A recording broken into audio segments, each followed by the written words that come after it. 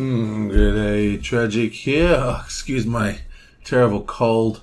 It's like 1,000,000,000 degrees in Australia at the moment because of summer and everyone's got their air conditionings on, and I always seem to catch colds walking from like 40-degree heat into like 18-degree houses. Anyway, this is my final thoughts for Konja. Now, Konja is this cute little dice game I just played on my channel. It's a nice game. It's a nice game. It's by Pleasant Company, who make a game I particularly enjoy called Ancient Terrible Things, which I actually rate as one of the best dice chuckers. You know, I think it beats out games like Art of War. I think it beats out games like Forever of the Pharaohs. I think it beats out games like Elder Sign. It is, in my opinion, it's one of the best dice chuckers. If you're looking for a great dice chucker that's not as complicated as Arkham Horror or Eldritch Horror, it's a great game.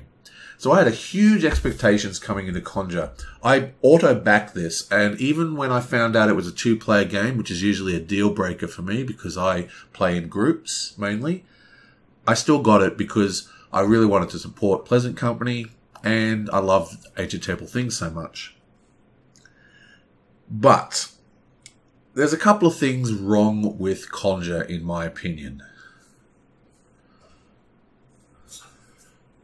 For starters, I think they've really misunderstood what, in my opinion, makes a die chucker fun. Okay? And in Arkham Horror, in Elder Sign, in Favour of the Pharaoh, in Ancient Terrible Things, you are rolling your dice to beat a various task. So in Ancient Terrible Things, you'll flip over a card or whatever, and it says, roll 3 doubles, all higher than 2 of a kind. Whatever. The point is, you know, Arkham Horror, roll 5 dice, get 2 successes. Whatever, you know what I'm talking about. The point is you have a specific task in mind that is in your head when you roll the dice. You're rolling the dice to achieve a certain goal. Now, in Konja, they've listened to the fan base because Ancient Terrible Things had a slightly convoluted die rolling mechanism, even though I personally think it's a fantastic mechanism. They simplified it in this, and they've completely removed the target tasks concept from the game. So in Ancient Terrible Things, you'd roll your dice, and then you could arrange your dice in different ways to buy tokens or points or whatever, and then you could use that to solve use other dice to solve the tasks, and so forth. What they've done is they've condensed the tasks into a single pyramid in this game. So you are rolling singles above 4 to get power tokens, you're rolling doubles to get spell tokens, you're rolling straights to get coins, and you're rolling 3 of a kind plus to get VPs. And that is a constant for the entire game. And it really reduces the interest I have in the rolling mechanism because, one, it's never changing, and two, the arrangement of the dice doesn't have the same punch. I just don't feel like when in Ancient Terrible Things, in Arkham Horror, in Elder Sign, in these games, when you're rolling, you have a very strong idea in the back of your head about what you want to come out, and it makes the roll very exciting. You're rolling, yes, I got it, or, oh no, I didn't get it. Oh, this roll is like 1,000 to 1, I'll never get it. Oh my god, I got it. But in this game, the odds never change. What you're rolling for never changes, and I think it really guts the entire mechanism of rolling dice. This game has tried very, very hard to simplify its sort of die rolling system. And in doing so, by removing the targets, I think they've immeasurably hurt the game design, in my opinion. That being said, they have also changed the they've made so basically, like Elder Sign and all these kind of games, Ancient Terrible Things was a kind of variant of Yahtzee. Roll 3 times, use your dice, whatever. In this game, they've given you these 2 action dice, which you can use to activate effects, and you can use to roll 3 times. Now, I didn't actually realize that you could activate the roll your entire hand card twice, because it doesn't untap. It can actually activate it twice in one turn, I'm pretty sure. So I was only ever getting one free reroll a turn. I felt that was restricted, but that was on me. And I do like this new dice system. I do like the way it's definitely a lot easier to comprehend. It's a lot easier to teach to people. I think it is an improvement on the Ancient Terrible Things dice system, which is, I think, the major goal of Konja was, let's do a better dice system and now let's make a game out of it. So I do really like the dice system. I think that because Konja is such a simpler game, and the fact that it doesn't have so many uses for the dice, because like in Ancient Terrible Things, I know I'm talking about this a lot, but this is really a continuation of that game in some ways. In Ancient Terrible Things, you had die combinations to beat the cards, but you also had die combinations which were kind of like the pyramid in this game to buy tokens and points and all this other kind of stuff. That dual use of the dice is akin to my favorite mechanism in gaming, which is dual use cards. So you have a card and you say, I can do this, which is good for me, or I can do this, which is good for me. Which one's better? Oh, the terrible decision I have to make. That entire thing is completely absent from Konja. It's much more mechanical. Roll the dice, get the points, roll the dice, get the points, roll the dice, get the points. There is much less decision making going on in this game. And I didn't like that. You know, it wasn't as good as I wanted this to be. I really wanted to like this game. The art is fantastic. The theme is interesting, if a little bit disconnected. Basically, you're like wizards or something, you know, like shaman trying to call down rain gods, and you're in competition for some reason. I'm not quite sure why you're in competition. And it's got some weird things like you can appease the rain god by giving them money. So that seemed a little thematically off to me. But I don't really mind all that. I'm completely fine with more abstracted rules anyway. Still, the art is fantastic. The whole theming of the game, you know, like the names of the cards and the weird little voodoo dolls and all that kind of stuff, fantastic. Gorgeous art again. And the VP system was interesting, I thought. I really liked the way you could flip over the VPs. So you get your cloud and then you could power it with a lightning storm to make it rain more. So you could get like a 3 and flip it over to a 4. But flipping the cheap one, like it's easier to get a 3-point victory because you only need 3 of a kind. To get a 7-point, you need to spend 11 gold or roll a 5 of a kind. So it's easier to flip over the higher value cards. It's only 1 gold to flip a 7 to a 9, but it's 2 gold to flip a 3 to a 4. I thought that was very, very cool and gave a bit of subtlety to how you spend your coins.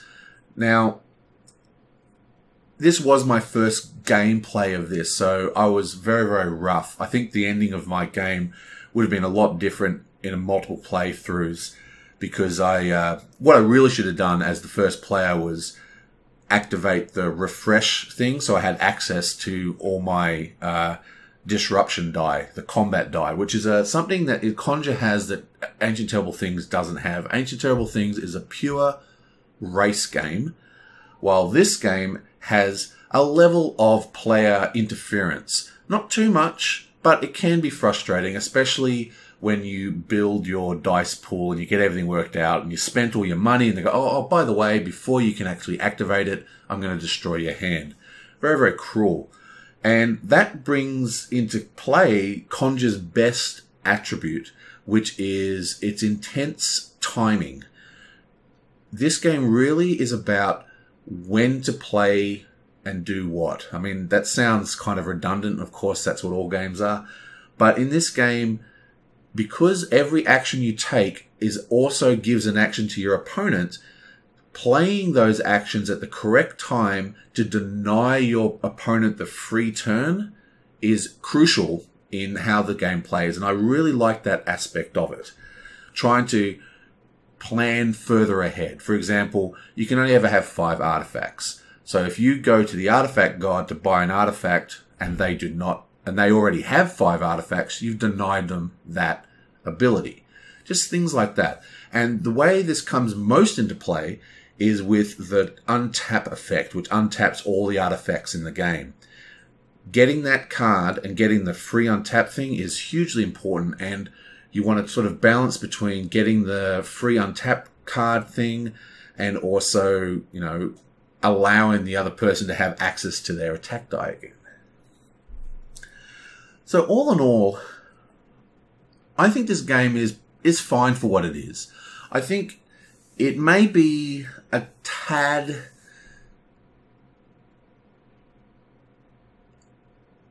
underdeveloped in my view. I think that this is a game that has a fantastic dice system which is not being utilized to the best of its ability, and I feel that the cards, while very, very pretty in graphics and the artifacts and all that kind of stuff, really didn't give me a feeling of intense ability to manipulate my dice. I felt like my rolls were pretty stuck with whatever I rolled, which again is a very bad thing in a die roller. Something which Ancient Terrible Themes is the exact opposite. There's so many things you can do to your dice in that game that it has a little bit of analysis paralysis. But I love that. So all in all, I think Konja's an interesting game. I think it's a great bed for a game. This is a game that would hugely benefit from expansions. It needs more cards, more powerful artifact die. It needs more dice, more different types of dice.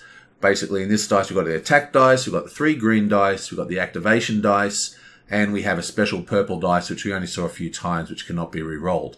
Doesn't sound like a huge amount, but in Ancient Terrible Things, we had like this blue dice that you could spend coins to raise the pips up and all this kind of stuff.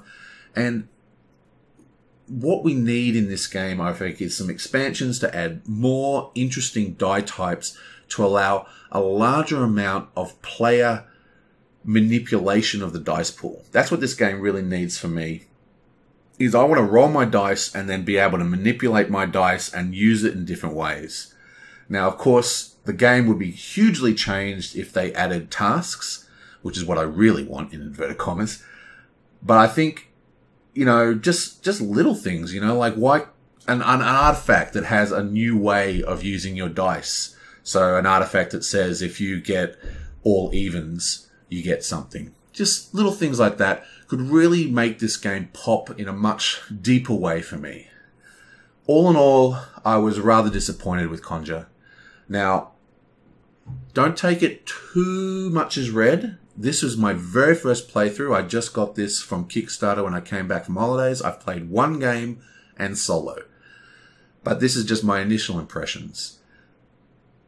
The takeaway I want people to have from this little chat is that the die system is great. I really like the activation die concept as a way of changing how the Yahtzee system functions, especially now that I realize that you can still get the 3 rerolls. If you spend both your action dice on the reroll card, you'd still get the 3 Yahtzee rerolls. So, well, you know, kind of. You have to roll every single dice. But the point is, I just feel that there is a misunderstanding from the designers here about what makes die rolling interesting, for me at least. They've spent a lot of time developing this die concept of how to roll the dice, but they haven't given us anything really interesting to roll for. And I think that's the real problem that Konja has. Beautiful art, beautiful game, but a little bit disappointing. I'll see you guys next time.